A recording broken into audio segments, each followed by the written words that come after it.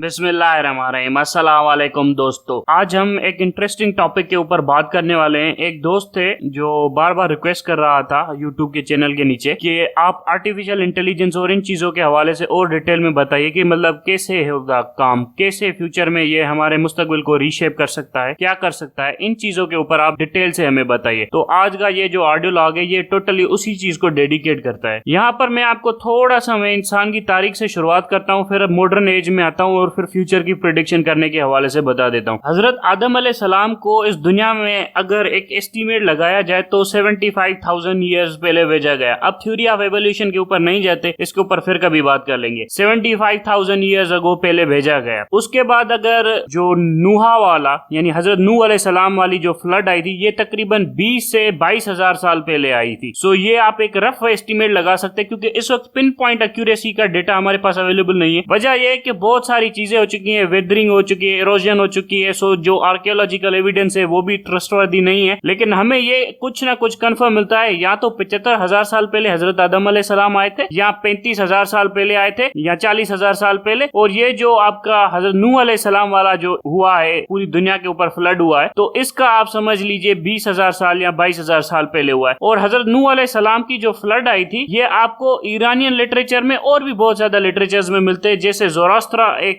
नबी कहे जो आपके पारसियों का नबी है। अब इस्लाम के हवाले से भी उसके ऊपर थोड़ा सा मतलब जोर दिया गया है कि ये एक अच्छा बंदा था। सो वो भी अपने लोगों को लेकर पहाड़ों के ऊपर चढ़ जाता है क्योंकि वहां पर भी फ्लड आने वाले थे। सो ये हमें थोड़ा बहुत अंदाजा हो जाता है कि यहाँ पर फ्लड वगैरह आए थे। अब यहाँ आप इसकी टाइमलाइन को 12,000 साल पहले भी कर सकते हैं। सो इससे कोई फर्क नहीं पड़ता। सो यहाँ पर आपका मोरल ऑफ स्टोरी ये है कि इंसानों की जब तारीख शुरू हुई है तो उसके बाद इंसान हंटर्स और गेदर्स रहे थे। मतलब इंसानों ने मिलकर शिकार करना शुरू किया, शिकार करके जो आया सो हासिल कर लिया। लेकिन उसके बाद इंसान ने थोड़ी बहुत एग्रीकल्चर करना शुरू कर दिया था कि यहाँ से हमने ये एग्रीकल्चर करनी है, ये करना है, वो करना है। एग्रीकल्चर के ऊपर रिलाई करना शुरू किया। वो एग्रीकल्चर मतलब ऐसे नहीं थी कि कोई परमानेंट थी, मतलब थोड़ा अनाज यहाँ पर उगा लिया, पानी जमा हुआ, थोड़ा वहां पर उगा लिया। लेकिन जो नदियों के किनारे परमानेंट एग्रीकल्चर थी वो इंसानों ने अभी शुरू नहीं की थी। ये आपकी बाद में जाकर शुरू हुई। जब इंसानों ने नदियों के किनारे एग्रीकल्चर करना शुरू कर दिया, इसे कहते हैं हम एग्रीकल्चर रेवोल्यूशन, जिसने इंसानों को शहर बनाने में मदद की, जिसने इंसानों को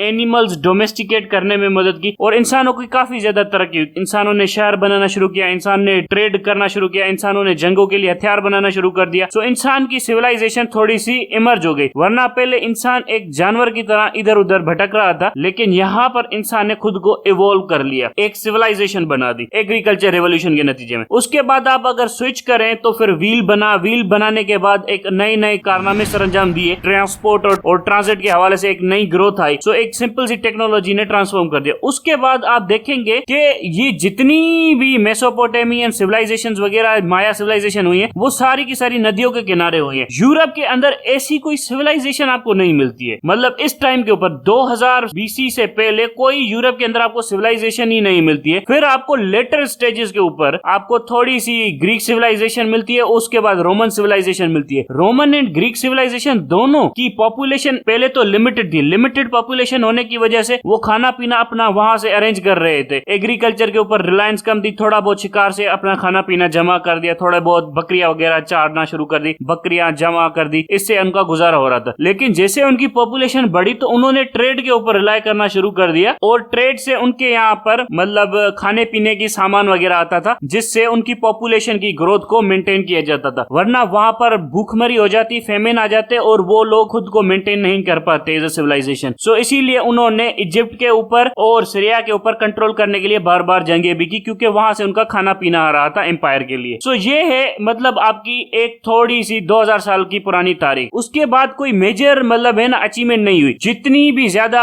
इंप्रूवमेंट हुई वो आपकी मुस्लिम सिविलाइजेशन में दिखती है, या आप इंडियन सिविलाइजेशन में देख ले, या आप चाइनीज सिविलाइजेशन में देख ले, या आप लैटिन अमेरिका, नॉर्थ या सेंट्रल अमेरिका में देख ले। उसके बाद यूरोप के पास कुछ बचा नहीं था। यूरोप की फिर से जो रीइमर्जेंस होती है वो रेनेसांस के बाद होती है। रेनेसांस में वो क्या करते हैं, यहूदियों का बड़ा रोल था रेनेसांस में। वजह यह थी कि यहूदी वहां पर कर्जा देते थे और बैंकों का बुनियाद भी रेनेसांस से बना। सो कर्जा देने के बाद वो क्या करते थे, उसके ऊपर सूद लेते थे। हालांकि यहूदियों के ऊपर, ईसाइयों के ऊपर और मुसलमानों के ऊपर, तीनों के ऊपर पाबंदी थी कि ये सूद के ऊपर कारोबार वगैरह नहीं कर सकते। लेकिन यहूदियों ने क्या किया कि उन्होंने मतलब है ना, जैसे आयत आयतें तोड़ मरोड़ के पेश नहीं करते। सो ये उनका पुराना काम है, वो हमेशा आयतों को तोड़ते मरोड़ते और अपना दुनियावी फायदा हासिल करने की कोशिश करते। मतलब आयतों को ऐसे इंटरप्रेट करने की कोशिश करते कि आयत का जो बुनियादी मकसद है उसे ही मार देते। अब उन्होंने खुद को मतलब है ना तिजारत करने के लिए एक आयत थी तोरा की, उसको मतलब है ना उन्होंने तोड़ दिया। उसे कैसे तोड़ा? ये यहूदियों की फितरत है कि ये बुनियादी तौर के ऊपर तोरा की बुनियादी आयतों को तोड़ा करते थे, जिसकी वजह से अल्लाह ताला ने इनको जलीलो ख्वार कर दिया और इनको निकाल कर बाहर फेंक दिया। सो इन्होंने उस आयत को कैसे तोड़ा कि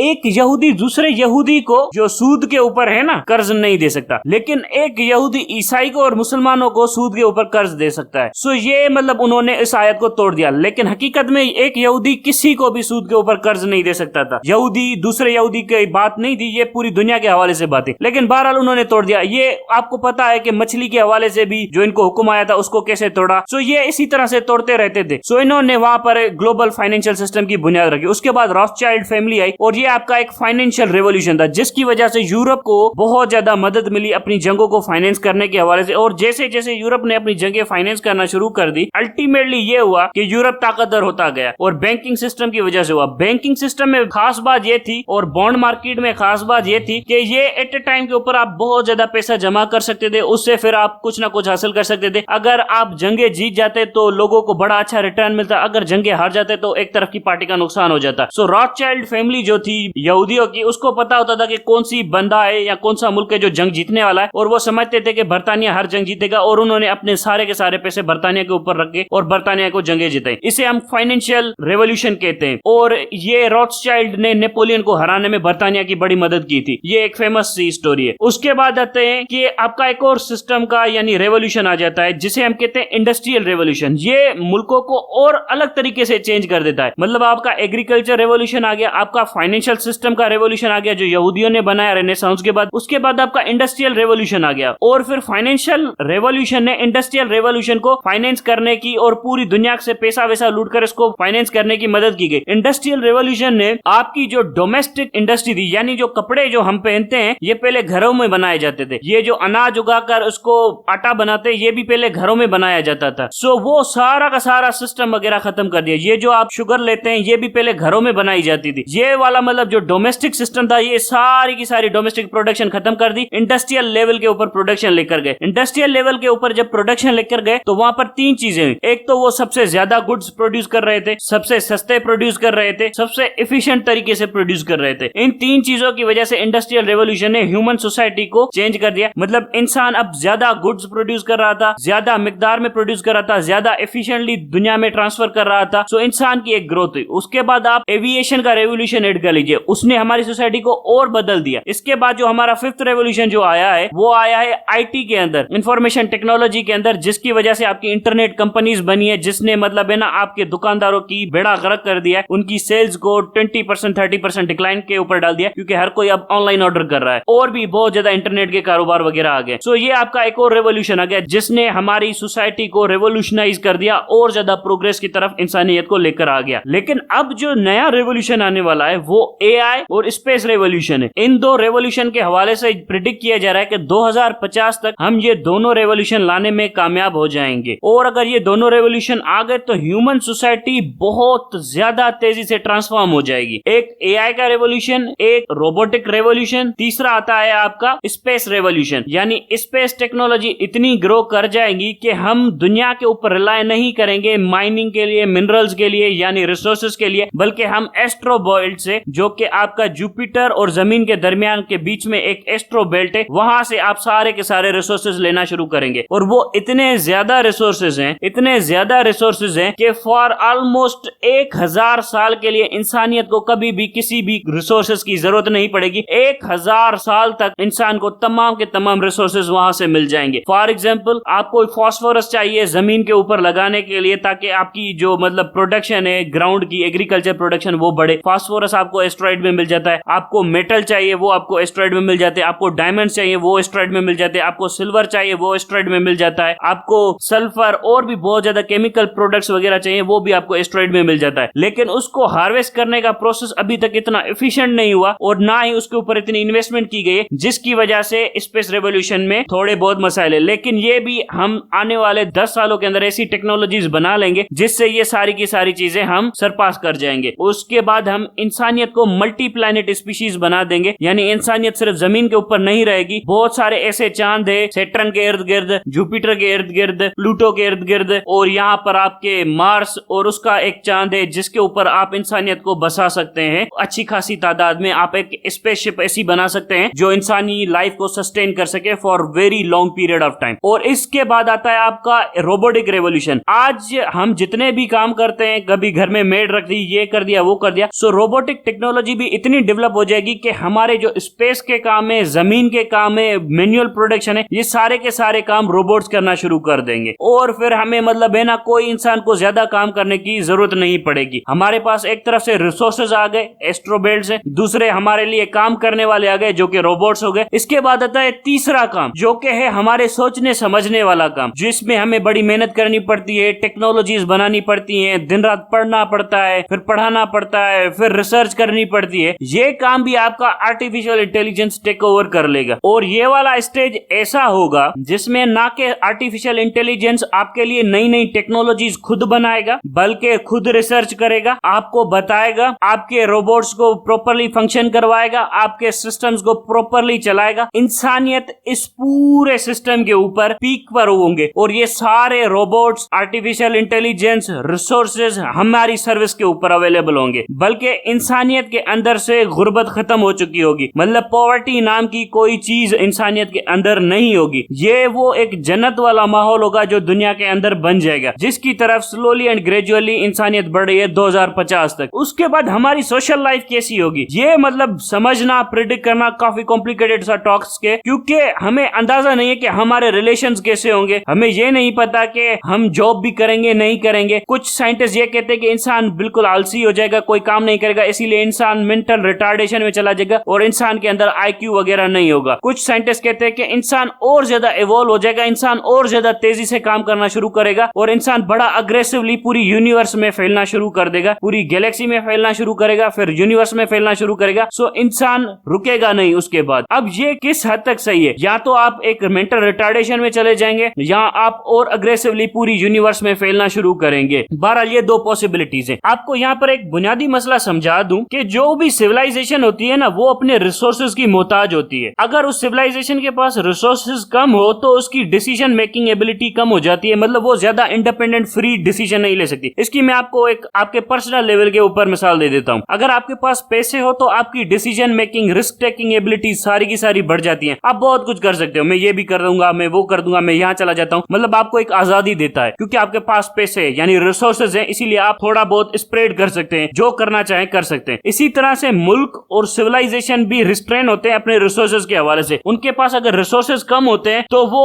उस तरह से इंडिपेंडेंट आजाद फैसले वगैरह नहीं ले सकते। इसी तरह से आप इसको इंसानियत के ऊपर भी अप्लाई करें तो इंसानियत के भी रिसोर्सेज काफी लिमिटेड हैं। अगर इनके रिसोर्सेज लिमिटेड हैं, इसकी वजह से ये उतने भरपूर ताकतवर फैसले नहीं ले पा रहे जिसकी वजह से पॉवर्टी खत्म हो सके और भी बहुत ज्यादा मसाइल हल हो सके। ये एक अलग बहस है कि इंसानों के अंदर कुछ ऐसे अपॉर्चुनिस्ट इंसान बैठे हुए हैं जिन्होंने पूरे सिस्टम के ऊपर कब्जा कर लिया है और लूट बचा रखी है। इसके अलावा भी एक और मसला है कि इंसानों के पास इतने ज्यादा रिसोर्सेज भी नहीं है। अब हमें अपने रिसोर्सेज कैसे बढ़ाने, ये आप पाकिस्तान के ऊपर भी अप्लाई कर सकते हैं कि पाकिस्तान को अपने रिसोर्सेज कैसे बढ़ाने। सो ये वाले जो 3 रेवोल्यूशंस हैं ये आपके रिसोर्सेज बढ़ा देंगे। इसके अलावा एक और रेवोल्यूशन है जो है हमारी एनर्जी के हवाले से। फॉर एग्जांपल, ये जो हमारी एनर्जी थी जिसे हम बिजली कहते हैं, या आप इसे कह लीजिए मोटर व्हील वगैरह कार को चलाने के लिए, या गैसेस वगैरह हो गई जो हमारी एनर्जी प्रोड्यूस करती हैं, ये एनर्जी पहले कभी एग्जिस्ट ही नहीं करती थी। 18th सेंचुरी की लास्ट में ये इनोवेट हुई है, 19th सेंचुरी में पूरी दुनिया के अंदर आना शुरू हुई है और 21st सेंचुरी में जाकर इसने पूरी दुनिया के ऊपर कंट्रोल कर लिया है। जिस मुल्क के पास एनर्जी नहीं है वो तरक्की कर ही नहीं सकता, जिस मुल्क के पास बिजली नहीं है वो तरक्की कर ही नहीं सकता। आप देख लीजिए, आपकी जो लार्ज स्केल मैन्युफैक्चरिंग सेक्टर है उसने 90% डिक्लाइन शो किया है। वजह यह है कि पाकिस्तान के अंदर बिजली नहीं है। सो बिजली का होना बहुत जरूरी है। इसीलिए इस बिजली के अंदर भी एक रेवोल्यूशन आने वाला है। हम ऐसे न्यूक्लियर फ्यूजन रिएक्टर्स भी बना चुके हैं लेकिन उनको सस्टेन नहीं कर पा रहे, लेकिन विद इन डेकेड हम उनको सस्टेन करना शुरू कर देंगे, जिससे हम पेट्रोल से हटकर, सूरज से हटकर फ्यूजन से इतनी बिजली बनाना शुरू कर देंगे जो हमारी जनरेशन को 25-25 सालों तक के लिए काफी होगी। यानी 1000-1000, 10-10 हजार मेगावाट, 1-1 लाख मेगावाट एक न्यूक्लियर फ्यूजन रिएक्टर से हम बनाना शुरू कर देंगे और वो बड़ी साफ सुथरी एनर्जी होगी जो हमारी सिविलाइजेशन को सस्टेन करेगी। सो ये वो रेवोल्यूशंस जो आने वाले हैं ये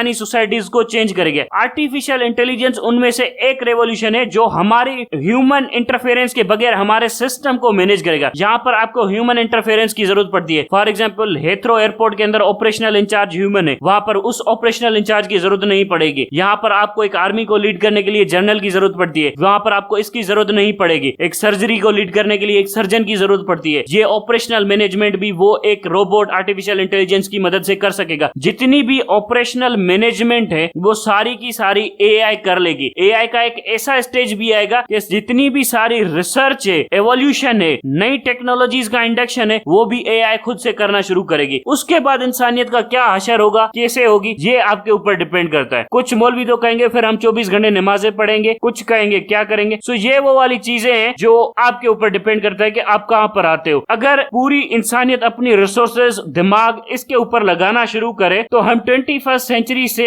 पहले ही इतने बड़े लेवल के ऊपर पूरी दुनिया को रेवोल्यूशनाइज कर चुके होंगे कि इंसान के पास बहुत बड़ी तादाद में रोबोट होंगे उसके काम करने के लिए। इंसान के पास अनलिमिटेड एनर्जी होगी, यानी कोई भी लोड शेडिंग नहीं होगी। इंसान के पास फूड प्रोडक्शन अनलिमिटेड होगी। इंसान के पास खाना पीना अनलिमिटेड होगा। गुर्बत नाम की कोई चीज नहीं होगी। इंसान के पास रिसोर्सेज, मिनरल्स वगैरह अनलिमिटेड होंगे और पूरे सोलर सिस्टम के ऊपर इंसान का कंट्रोल होगा। सो रहने के लिए भी इंसान के पास बहुत ज्यादा स्पेस होगा, जिसकी वजह से इंसान की आबादी 8 अरब से बढ़कर 50 अरब, 60 अरब, 70 अरब या 100 अरब तक भी जा सकती है, क्योंकि इंसान पूरे सोलर सिस्टम में फैल चुका होगा। ये वो चीजें हैं जो हमने आने वाले मुस्तकबिल में अचीव करनी है। अब ये है एक मतलब है ना खूबसूरत सी पिक्चर जिसमें इंसानों ने मिलजुल कर जंगे नहीं की, आपस में लड़े नहीं, अपने रिसोर्सेज का वेस्ट नहीं किया, बल्कि पूरे सोलर सिस्टम को कॉन्कर किया और अपनी टेक्नोलॉजी को बढ़ाया, जिससे इंसान की आबादी 100 अरब तक जाकर पहुंची और पूरी दुनिया के अंदर, पूरी यूनिवर्स के अंदर, पूरे सोलर सिस्टम के अंदर इंसान ने फैलना शुरू कर दिया। लेकिन इसका एक और डाउनफॉल भी है। अगर इंसान अकल, समझ,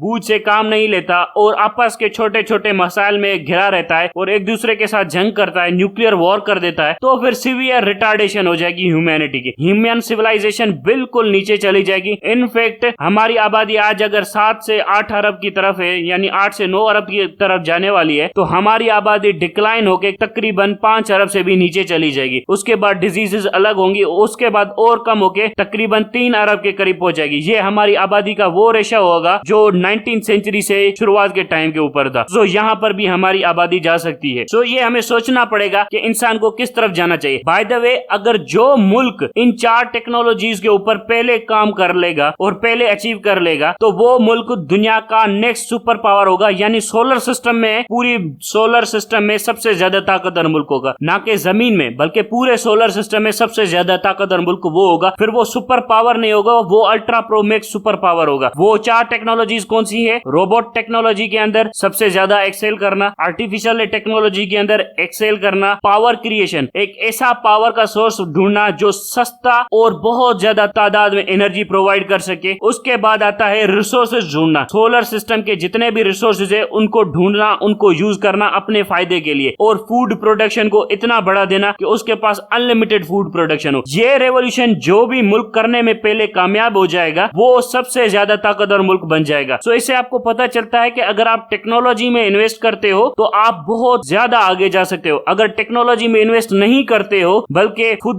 से रियल एस्टेट के प्लॉटों में इन्वेस्ट करते हो तो आपकी तरक्की का कोई स्कोप नहीं है, बल्कि आप एक डिक्लाइनिंग एम्पायर होगे, एक डिक्लाइनिंग कंट्री होगे। सो ये वो 5 टेक्नोलॉजी के सेक्टर है जिनमें आपको इन्वेस्ट करना है। अब तक के लिए इतना ही। Thank you very much.